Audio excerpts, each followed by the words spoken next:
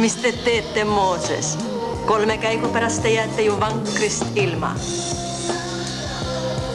Ja kes on see härra Mooses? Ta pani end kirja reisil viibiva ärimehena.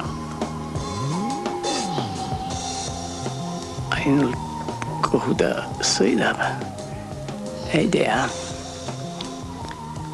Siin on lõpp. Siit läheb tee ainult tagasi. Ei ole ilus niiviisi kõrvale hoida, härra inspektor. Ma kutsun teid tantsima.